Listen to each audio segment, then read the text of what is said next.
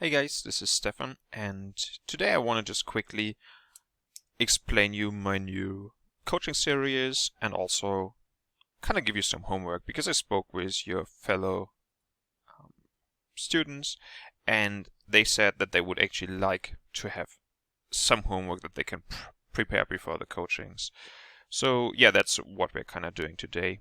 And I decided that this might be probably all of these, like the whole coaching series will be probably like a 3-part series always. So it's like first introduction and homework, then we have the coaching, and we have a short summary at the end as well. So what we will do today is we look at heads up big blind preflop in limp pots, and we will check out how we should be changing our preflop strategy if villain is misplaying postflop. So let's say we have a read that he's c-betting too much, generally speaking, like too much air, for example, on the flop, right? So how should we actually adjust our preflop strategy regarding this? All right, so quick explanation about what we're doing exactly. Basically, we look at 10 BB and 20 BB in limp pots.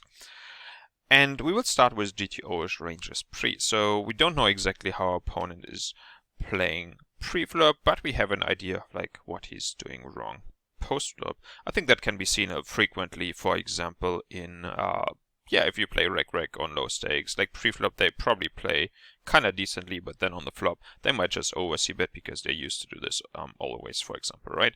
And that's something we will analyze and like how should be our response pre-flop versus these kind of strategies. So yeah, that's kind of what I said. We will adjust the villain strategy. We can adjust it in like a lot of different ways, and I've done this. Basically, we can let him c-bet just too much or too little. Maybe we don't know exactly what he's really doing. So this would be an option. We can let him c-bet too much with air or too little with air, for example.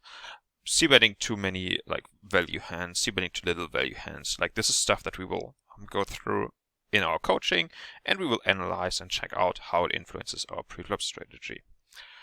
So I hope that's enough for the explanation of what we are going to do. Now let's go and jump to the homeworks. Basically, I have 5 categories for you that you should analyze and come up with what you think is happening with these. The first category is this one, which is basically like kind of suited broadways. The second category, like medium offsuit, offsuit strength, like medium strength hands. Then category 3, King X, Queen X, like weak King X, Queen X offsuits. Category 4, suited connectors, and like suited connectors is probably like a good one for this one. And the 5th one is basically trash. So the question that I have for you is basically first at 20 BB. How does our c-bet strategy or preflop strategy change if our opponent is c-betting a stronger range, and how does it change if he's c-betting a weaker range? You can, for example, just make it as an example, like, okay, let's say I know that my opponent is c-betting like too much air. That will basically make his range, like his c-betting range, weaker, right? So how would I adjust with these categories given to my opponent pre-flop? And then for the other one, just either go with, okay, he's c-betting less strong hands or less air hands, for example, or c-betting more strong hands. Obviously, like this is a bit different, and like we will go through the nuances of both of like what happens if he's just c-betting more value hands and makes his range stronger this way, or if he's just c-betting less air, right? Like both are like still slightly different responses, but the general idea is still there. And like I just want to have you think about the general idea of like, okay, my opponent is c-betting with this and this strategy. It's like stronger or weaker than what he's supposed to do. And how would you change this, like your hands pre-flop? And then the next one, like this would be a 20 BB. Think about what's happening on 10 BB. Actually, I think this chart is 10 BB. But it doesn't matter too much, right? So if then we check out like 10BB, like what are the differences that we can see from 20BB to 10BB?